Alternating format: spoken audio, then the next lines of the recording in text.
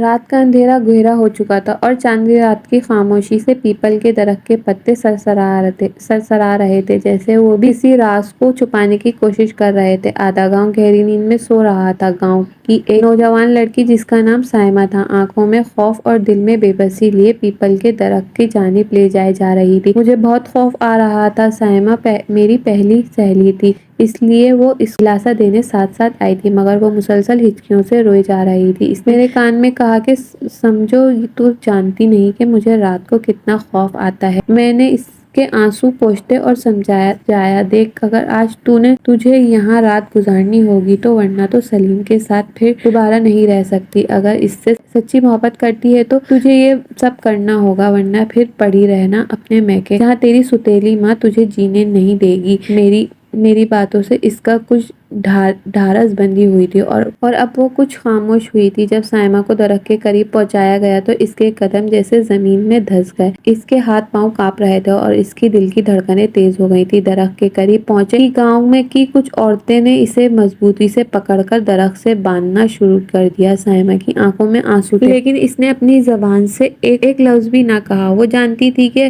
اس کی کوئی سننے والا نہیں تھا۔ میرا دل بھی بہت دکھی تھا۔ ہم عورتوں کی بھی کیا زندگی ہے، مرد کا جب دل چاہے تین الفاظ بول کر زندگی میں لے اور جب دل چاہے تین الفاظ بول کر زندگی سے نکال دے۔ میں نے دکھ سے اس کی جانب دیکھا۔ پیپل کے درخت کے ساتھ بندھی ہوئی سائمہ کے لیے وہ رات ایک قیامت کی طرح تھی۔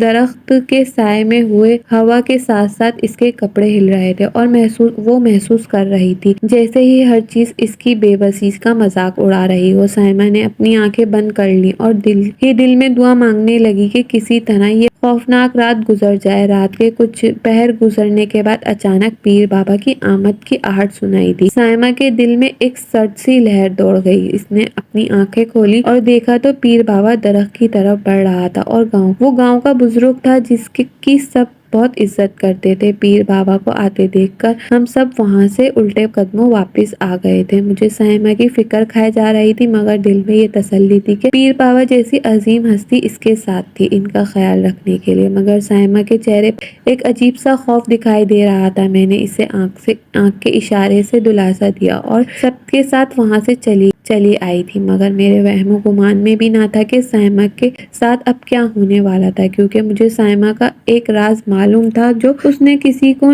آج تک نہیں بتایا تھا۔ ایک میں ہی اس کی ہمراز تھی اور مجھے نہیں معلوم تھا کہ اس کا یہی راز اس کے لیے آنے والے دنوں میں بہت بڑی مصیبت لانے والا ہے۔ میں اور سائمہ ایک ساتھ کھیل کر بڑی ہوئی تھی۔ ہم دونوں ایک دوسرے کی ہمراز اور ہمجولی تھی۔ ہمارا گاؤں کافی دور تھا جہاں جاتے ہوئے صبح سے شام ہو جایا کرتی تھی۔ سائمہ کی ماں ستیلی تھی اور باپ کو اس کی کوئی فکر نہ تھی۔ وہ ہمیشہ کام کے سلسلے میں گاؤں سے باہر آتا جاتا رہتا تھا۔ میرا ابا بھی مزارے کا کام کرتا تھا۔ میں بہت خوش نصیب تھی، مجھے بہت پیار کرنے والے ماں باپ ملے تھے، جبکہ سائمہ سیاہ نصیبی اس کا پیچھا ہی نہ چھوڑتی تھی۔ جب دیکھو تب اس کی ستیلی ماں اسے مار مار کر آدھا منہ کر دیتی۔ وہ بیچاری چپ چاپ باپ سے سہ لیا کرتی تھی، بس میرے آگے اپنا دکھ درد کہہ کر سنا لیا کرتی۔ میرا دل کرتا اس کی ظالم ماں کو کنویں میں دھکا دے دوں اور اس فساتن کو جہنم وصل کر دوں، مگر میں مجبور تھی۔ میں ایسا سوچ ہی سکتی تھی، کرنا میرے بس کی بات نہیں تھی۔ پھر بھی ہم دونوں کھیل کود میں مصروف رہتی تھی۔ اس کے کام میں اس کی مدد کر دیا کرتی تھی، لیکن پھر بھی کوئی نہ کوئی بہانہ بنا کے اس کے ماں اسے ضرور پیٹ دیا کرتی تھی۔ پھر ایک دن اچانک ہمارے کچھ رشتے دار دور کے ایک گاؤں سے ایک شادی میں شرکت کرنے کے لیے آئے ہوئے تھے اور ہمارے گھر میں ہی رہنے لگے۔ لڑکیوں سے ہماری اچھی خاصی دوستی ہو گئی تھی۔ ہم انہیں اپنا گاؤں گھماتی تھی۔ ایک ہفتے تک وہ میرے گھر میں رہے اور میری اماں کے رشتے دار تھے، لیکن پھر بھی کچھ ایسا ہوا کہ کچھ ہی ہفتوں بعد وہ لوگ دوبارہ آ گئے۔ میں ان کو اچانک دیکھ کر بہت حیرت زدہ ہوئی اور خوش بھی ہوئی، کیونکہ وہاں پر میری سہیلی بھی تھی جو نئی سہیلی تھی۔ میں ان کو اندر بلایا اور اماں کو بھاگتے ہوئے بتایا کہ اماں، رضیہ خالہ اور زینی آئی ہے۔ اماں بھی ان کی آمد کا سن کر میری طرف حیران تھی، مگر وہ پریشان تھی۔ میں اپنی نئی سہیلی سے باتوں میں مصروف تھی اور میں نے اس سے کہا کہ زینی چلو ہم چلتے ہیں سائمہ کے پاس، مگر وہ عجیب طریقے سے مجھے دیکھ کر مسکرائی تھی۔ اب تو ہم تمہارے اور سائمہ کے رشتے کے لیے ہی آئے ہیں۔ پہلے تو میں اس کی بات سمجھ نہیں پائی، ہکا بکا اسے دیکھتی رہی، لیکن جب وہ میرا مذاق اڑانے لگی تو میں نے شرم سے آنکھیں جھکا لی اور اندر کی طرف بھاگ گئی۔ میرا دل زور زور سے دھڑک رہا تھا، اللہ جانے کس کا رشتہ لے کر آئی ہیں۔ میں نے تو ان کے کسی بھی گھر والوں کو نہیں جانتی تھی، صرف انہی سے میری ملاقات ہوئی تھی۔ کچھ ہی دیر بعد عقادہ کھلا تھا کہ وہ اپنے دونوں بھائیوں کے لیے میرا اور سائمہ کا رشتہ لے کر آیا تھا۔ وہ پہلے ہی لڑکیاں ڈھونڈنے میں مصروف تھی، مگر ہمیں یہاں ہمارے گاؤں میں آ کے ہم سے ملی تو ہم انہیں بہت پسند آ گئی تھی۔ مجھے شرم تو نہیں آ رہی تھی، لیکن میرے دل میں ایک عجیب سی بے چینی ہو رہی تھی۔ بھاگ گئی اور سائمہ کو یہ سب بتانا چاہتی تھی، مگر کیا کرتی، اس وقت شرم و لحاظ ضروری تھا، ورنہ اماں نے میری وہ حالت کرنی تھی کہ اللہ کی پناہ۔ مگر مجھ میں صبر نہیں ہو پا رہا تھا۔ اماں اور رضیہ خالہ کی آوازیں اندر تک آ رہی تھیں۔ ارے رضیہ، تم کیوں پریشان ہوتی ہو؟ مجھے تمہارے بیٹے کے رشتے پہ کوئی اعتراض نہیں، ہم لوگ پیسہ دولت دھن سب نہیں دیکھتے، بس لوگوں کے منہ دیکھتے ہیں، ان کی میٹھی زبانیں دیکھتے ہیں۔ تجھے میں شروع سے جانتی ہوں، تو مجھے شروع سے جانتی ہے، تیرے بچے اور میرے بچے، تیرے بچے میرے بچے اور میرے بچے تیرے بچے، مگر سائمہ کے بارے میں صحیح سے نہیں بتا سکتی، حالانکہ وہ بہت اچھی ہے، میرے سامنے ہی چھوٹی سے بڑی ہوئی ہے، لیکن اس کی سوتیلی ماں بھی بہت ظلم ڈھاتی ہے، اس کا باپ بھی بڑا لاپرواہ ہے، کیا پتا وہ وہاں کرنے دے گی یا نہیں۔ لیکن فکر نہ کر، میں اس سے بات کر لوں گی، بلکہ بھائی کو اکیلے میں جا کر سمجھاؤں گی کہ اپنی بچی کا نکاح کر کے جان چھڑا لیں۔ ارے شبانہ دیکھ، مجھے جہیز وغیرہ کچھ بھی نہیں چاہیے، بس 3 کپڑوں میں اپنی بیٹی دے دے، میرے لیے بہت ہے۔ خالہ کی یہ بات پہ اماں سوچ میں پڑ گئی کہ یہ بات پتے کی کہی۔ رضیہ سائمہ کی اماں خاصی لالچن اور روپیہ پیسہ خرچ نہ ہو اور سوتیلی بیٹی جان بھی چھوٹ جائے، یہ سوچ کر وہ پکا ہاں کر دے گی۔ اب اماں اور خالہ بہت خوش نظر آ رہی تھی، یوں ہماری بات طے ہو گئی، ہم دونوں بہت خوش کہ اب شادی کے بعد بھی ایک ہی ساتھ ہی رہیں گی۔ یوں میری جٹ منگنی پٹ بیاہ ہو گیا، جبکہ سائمہ کی شادی اگلے سال ہونی تھی۔ اس کا ہونے والا دولہا کمائی کے لیے دبئی گیا ہوا تھا اور اس کے آنے میں ابھی وقت تھا۔ میں بیاہ کر اس گاؤں میں آ گئی تھی اور میں بہت خوش تھی۔ میرا شاہد مجھے بہت پیار کرتا، وہ ہر چیز میرے لیے لایا کرتا تھا، گھر والے بھی سب ہی اچھے تھے، مگر چند ماہ بعد مجھے احساس ہونے لگا کہ ساس آخر ساس ہی ہوتی ہے۔ اب وہ میرے ہر کام میں من میخ نکالا کرتی اور ہر ممکن کوشش کرتی تھی کہ شاہد کو میرے خلاف کر دے، مگر وہ بھی اپنی دھن میں پکا تھا، کسی کی باتوں میں نہ آتا، بلکہ اس کے گھر میں ہوتے ہوئے بھی کسی کی مجال نہ تھی کہ وہ مجھ پر برا سلوک کرے۔ میں بھی شاہد کی خاطر سب برداشت کرنے لگی اور اپنی ساس کا روکنا ٹوکنا سہ لیتی تھی۔ میں جان گئی تھی کہ زندگی ایسے نہیں چلے گی۔ 1 سال گزر گیا، پتہ ہی نہیں چلا، میری طبیعت بھاری سی رہنے لگی۔ مجھے تو کچھ علم نہ تھا، مگر میری ساس نے بھانپ لیا اور خوشی سے نہال ہو گئی۔ خالہ کا یہ بدلتا روپ مجھے حیرت میں مبتلا کر رہا تھا، وہ مجھ پہ خاصی مہربان ہو گئی تھی، انہوں نے میرا کام کاج بند کر دیا تھا، اب میری نند ہی سارا کام کاج کرتی تھی۔ وہ بہت خوش تھی، بھتیجے کے آنے کی خوشی میں وہ میرے آگے پیچھے پھرنے لگتی۔ اس کے گھر میں کوئی چھوٹا بچہ نہیں تھا اور اسی وجہ سے وہ لوگ بہت خوش تھے۔ شاہد میرا اور بھی زیادہ خیال رکھنے لگا۔ انہی دنوں میرا دیور سلیم بھی دبئی سے چھٹی لے کر واپس آ گیا تھا، اس کی شادی کے دن رکھ دیے گئے تھے۔ میں بہت خوش تھی کہ اب سائمہ بھی اس گھر میں آ جائے گی۔ شادی میں خوب خوشیاں منائی گئی۔ میں زیادہ تر بس بیٹھی رہتی اور ڈھولک پہ گیت گایا کرتی تھی، باقی سب کام کاج دوسرے کرتے تھے، اور میری ساس کی بہنیں اور بھانجیاں سب وہاں رہنے آئی تھیں۔ اور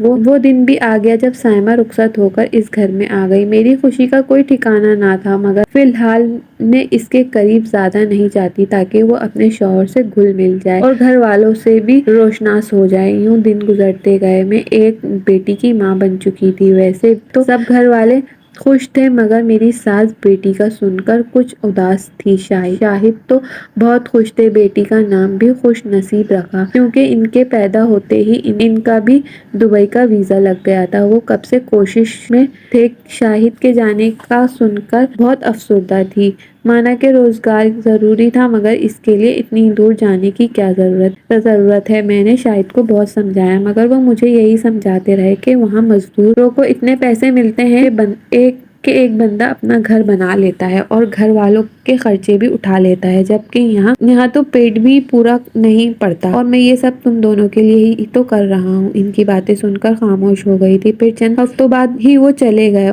میں بہت اداس تھی، مگر شکر تھا کہ میری بیٹی خوشی میرے پاس تھی۔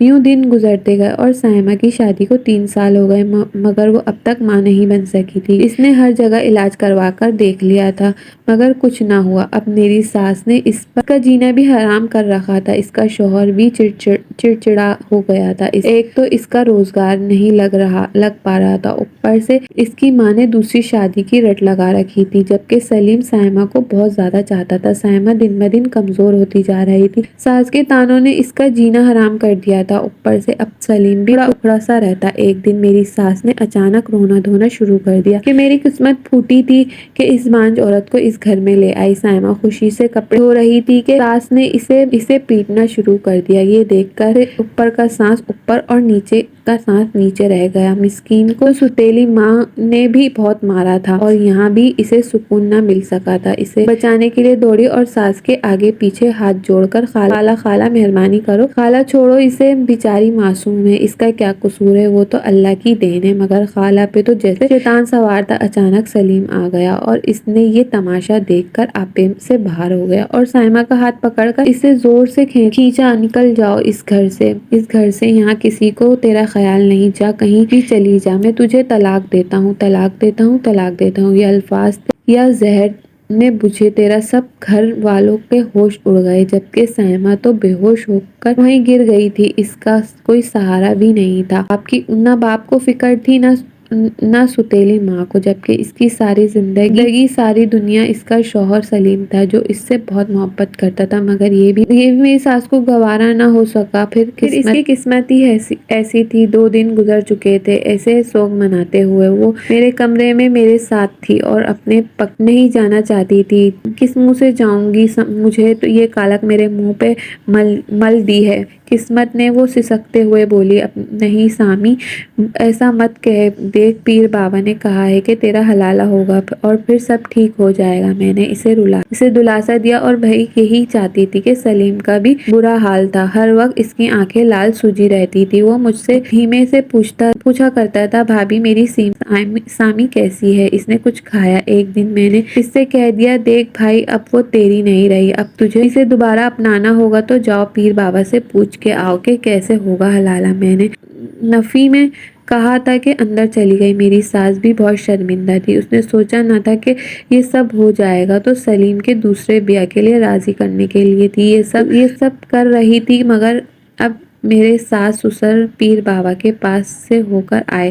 انہوں نے جو کہا وہ سن کر حیرت زدہ رہ گئی تھی۔ ان کا کہنا تھا کہ پیر بابا کا حکم ہے آج رات گاؤں کی آبادی میں کچھ فاصلے پر جو پیپل کا درخت ہے وہاں سائمہ کو باندھ دیا جائے۔ اس کا نکاح پیر بابا پیپل کے درخت سے کریں گے اور پھر دوسرے دن وہ دوبارہ سلیم سے نکاح کر سکتی ہے۔ مجھے تو ان سب باتوں کا کچھ بھی علم نہ تھا، مگر درخت سے نکاح آج پہلی بار سنا تھا۔ تب میری ساس نے مجھے بتایا کہ 10 سال پہلے بھی ایک لڑکی کو طلاق ہوئی تھی، اور اس کا حلالہ بھی اسی طرح ہوا تھا، مگر میری ساس جھجک کر چپ ہو گئی تھی۔ مگر کیا؟ میں نے جلدی سے پوچھا۔ وہ بولی، دوسری صبح اس لڑکی کی لاش ملی تھی وہاں۔ ان کے الفاظ سن کر میرے تو ہوش ہی اڑ گئے، میرا پورا بدن سن ہو گیا، لیکن میں نے اپنی ساس کو سمجھایا کہ یہ بات سامی سے نہ کہنا، خالہ وہ پہلے ہی بہت ڈری ہوئی ہے رات کو باہر نکلنے سے، تو اور اس طرح اور خوفزدہ ہو جائے گی۔ میری ساس چپ سی ہو گئی تھی۔ یہ اس گاؤں کا پرانا دستور تھا، جس رات لڑکی کا نکاح پیپل سے ہوتا تھا اس رات اس کے شوہر بھی کمرے میں بند کر دیا جاتا تھا تاکہ وہ وہاں نہ پہنچ جائے اور حلالہ ادھورا نہ رہ جائے۔ اور آج میں اسے پیپل کے درخت پر باندھ کر آئی تھی، اور اس بھروسے سے کہ پیر بابا اس کے ساتھ ہوں گے، وہ ڈرے گی نہیں۔ اس رات مجھے نیند نہیں آئی، بلکہ شاید ہر فرد کو نیند نہیں آئی ہوگی۔ میں بس صبح کا انتظار کیے جا رہی تھی، پر جانے کیوں یہ رات ختم ہونے کا نام ہی نہیں لے رہی تھی۔ خدا کر کے سورج طلوع ہوا تھا۔ میں نے سکھ کا سانس لیا اور بھاگتے ہوئے سلیم کا کمرہ کھولا۔ وہ ابھی جاگ رہا تھا۔ چل میرا بھائی سامی کو لینے چلیں۔ میں نے جلدی سے چادر اوڑھ لی اور ہم دونوں تیز تیز قدم اٹھاتے وہاں تک پہنچے۔ سامی اب بھی اسی طرح بندھی ہوئی۔ ہمیں دیکھ کر اس نے کچھ نہ بولا، بس سپاٹ نگاہوں سے مجھے دیکھے جا رہی تھی۔ میں نے پیار سے اسے گلے لگا لیا اور سہارا دے کر چلنے لگی، مگر وہ ایک بے جان بت کی طرح چلے جا رہی تھی، نہ کچھ بول رہی تھی، نہ ہی اس کے چہرے سے خوشی یا غم کے تاثرات ملے، مگر مجھے تسلی تھی کہ وہ زندہ تھی، ورنہ پرانا قصہ سن کر میں بہت خوفزدہ تھی۔ سامی کی چپ ٹوٹ کے نہیں دے رہی تھی۔ جانے کیوں وہ خاموش ہو گئی۔ 2 دن بعد اس کا نکاح پھر سے سلیم سے کروا دیا گیا۔ کافی دنوں بعد میں نے اسے کچھ ہنستا بولتا دیکھا۔ سلیم نے ساس کو دھمکی دی تھی کہ اگر آئندہ میری بیوی پہ کسی نے ہاتھ اٹھایا یا کچھ بھی کہا تو میں اپنی جان لے لوں گا۔ اس دھمکی سے اسے بہت خوف زدہ ہو گئے تھے۔ ساس نے چپ سادھ لی تھی اور آہستہ آہستہ سب ٹھیک ہونے لگا تھا، مگر ایک دن میرا ماتھا ٹھنکا جب میں نے سامی کو چپکے سے اچار کھاتے ہوئے دیکھ لیا، اور حیرت کی بات تھی کہ اس کا وزن بھی بڑھتا جا رہا تھا۔ میں نے اپنا سر پکڑ لیا مگر کہا کچھ بھی نہیں ہے۔ لیکن ایک رات جب میں اچانک اس کے کمرے میں گئی تو اس وقت وہ بنا چادر کے کھڑی تھی۔ اس کا بڑھا ہوا پیٹ دیکھ کر میں نے اپنا دل تھام لیا۔ سامی سب کچھ سمجھ چکی تھی کہ اس نے جھٹ سے دروازہ بند کیا اور میرے قریب آ گئی۔ وہ کہنا چاہتی تھی کہ مگر میں نے اچانک اس کے پیٹ پر ہاتھ پھیر کر جتایا کہ یہ سب کیا ہے۔ مجھے اس سے گھن آ رہی تھی۔ یہ تو تو نے کیا کر دیا سامی، کہاں سے منہ کالا کر کے آئی ہے؟ میں نے تو اپنی پھولتی ہوئی سانسوں پر قابو پانے کی کوشش۔ سامی نے میرے منہ پہ ہاتھ رکھ لیا اور مجھے اپنے پاس بٹھا لیا۔ تو کیا سمجھتی ہے تو میں اتنی بےغیرت ہوں؟ وہ بھر آئی ہوئی آواز میں بولی۔ میں چپ رہ گئی تھی۔ مجھے یاد تھا جب میں اس کی اور سلیم کی رپورٹ ڈاکٹر صاحب کے پاس لے گئی تھی، تب سامی نے میرے ساتھ تھی جبکہ سلیم باہر ہی بیٹھا تھا۔ ڈاکٹر نے سب کچھ دیکھ کر بتایا تھا کہ سامی ماں نہیں بلکہ اس کے شوہر میں خامی ہے، وہ کبھی بھی باپ نہیں بن سکتا۔ شاید بچپن میں کسی چوٹ کے نتیجے میں وہ اس کی صلاحیت سے محروم ہو گیا۔ باجی کوئی تو علاج ہوگا۔ میں نے ڈاکٹرنی سے ترالے کیے تھے، کوئی علاج یا تو تم اپنے شوہر کو چھوڑ دو یا پھر کوئی بچہ پال لو۔ اب تو ہر جگہ ایسا ہی کر رہے ہو۔ ڈاکٹر صاحب تو بہت کچھ کہتی جا رہی تھی، مگر میں اور سامی جیسے بت بن چکے تھے۔ مجھے دکھ اس بات کا تھا کہ سامی کو کوئی بھی بھائی بہن بھی نہیں تھا، اب وہ بھی اولاد سے محروم نہ رہنے والی تھی۔ اب شکستہ قدموں سے باہر نکلے تھے اور سامی نے میرا ہاتھ پکڑ لیا۔ سن، تو مجھ سے وعدہ کر کے یہ راز کسی کو نہیں بتائے گی، کچھ بھی ہو جائے۔ وہ رونے لگی۔ لیکن سامی پھر بھی ہم گھر والوں کو کیا جواب دیں گے؟ بس تو کہنا کہ ڈاکٹر نے کہا ہے کہ قدرت کی طرف سے دیر ہے، باقی دونوں بالکل ٹھیک ہیں۔ اس کی باتیں سن کر مجھے اس پہ بہت پیار آیا تھا۔ وہ چاہتی تھی کہ سلیم ساری زندگی اسی دکھ میں رہے۔ باپ نہیں بن سکتا، بس جیسے چلتا ہے چلنے دیتے ہیں۔ اس نے اپنے آنسو پوچھے اور ساری رپورٹ پھاڑ کر ردی کی ٹوکری میں پھینک دی جو ڈاکٹر صاحب کے کمرے سے باہر کونے میں پڑی تھی۔ میں بھی خاموش تھی، وہ اسی میں خوش تھی، لیکن اب اچانک سے پیٹ سے دیکھ کر میرے رونگٹے کھڑے ہو گئے تھے۔ جانے میں میرے دماغ میں کیا خیال آ رہے تھے، مگر سامی نے مجھے سچائی اس شرط پہ بتائی کہ راز میں کسی کو نہیں بتاؤں گی۔ میں نے وعدہ کیا۔ تو وہ بولی، سمجھو جس کالی سیاہ رات میں نے مجھے پیپل کے درخت سے باندھا گیا تھا، اسی رات کا قصہ ہے۔ تم سب جانے کے بعد اس مکار پیر نے آتے ہی مجھے ہر جگہ چھونا شروع کر دیا۔ جب میں نے چلانا چاہا تو اس منحوس انسان نے مجھے کوئی کپڑا نہ سگایا، جسے سونگھتے ہی میرا سر چکرانے لگا اور پھر مجھے کچھ ہوش نہ رہا۔ جب صبح ہوئی تو مجھے ہوش آیا۔ وہ مکار شیطان کام پورا کر کے جا چکا تھا۔ اس نے اپنی پوری ہوس پوری کرنے کے لیے یہ کھیل رچا رکھا ہے۔ جانے کب سے یہ شیطانی کھیل رہا ہے، کب تک مجھے جیسی معصوم لڑکیاں اس شیطان کی بھیڑ چڑھتی رہیں گی۔ سامی نے جیسے ہی مجھے بتایا، میرے سر پر آسمان گرا، میرے پورے جسم سے جان نکل چکی تھی۔ یہ یکاٹک اسے دیکھی جا رہی تھی تو کیا اسے اکتے ہوئے میں پیٹ کی جانب اشارہ کیا تو اس نے اپنے آنسو صاف کرتے ہوئے اپنے استبات میں سر ہلایا اور میرے اللہ میں نے اپنا چہرہ ہاتھوں میں چھپا لیا۔